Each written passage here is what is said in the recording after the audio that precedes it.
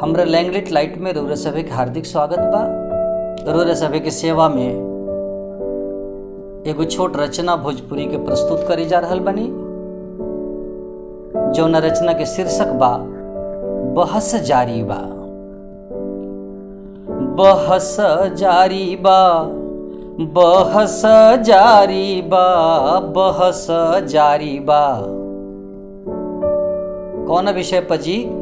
के जीती के हारी बहस जारी बा। के जीती के हारी बहस जारी बा। राय की तिवारी बहस जारी बा।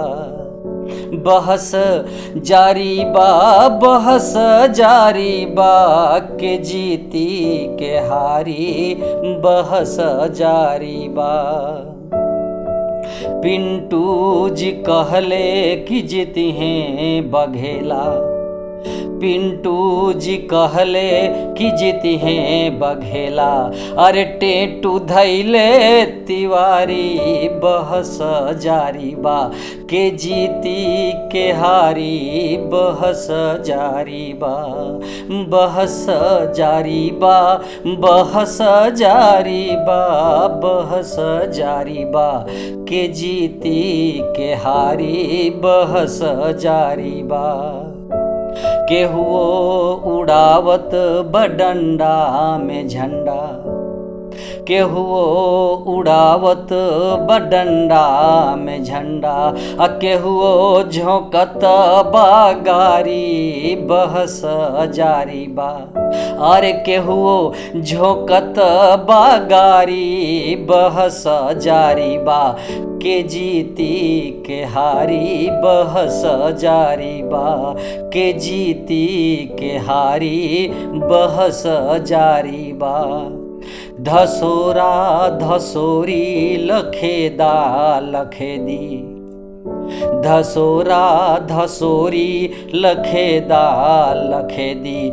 चालू बमारा मारी बहस जारी बा। चालू बा मारा मारी बहस जारी बा। के जीती के हारी बहस जारी बा। बहस जारी बा, बहस जारी बा, बहस जारी बा। के जीती के हारी बहस जारी बा।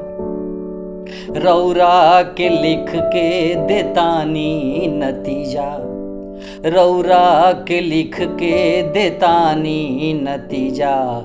कि फेरू से जनते ही हारी बहस जारी बा। अरे फेरुओ से जनते ही हारी बहस जारी बा। के जीती के हारी बहस जारी बा। के जीती के हारी बहस जारी बा।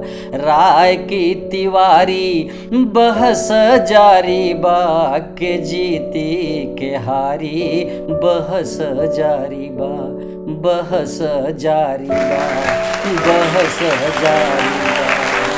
बहुत बहुत धन्यवाद।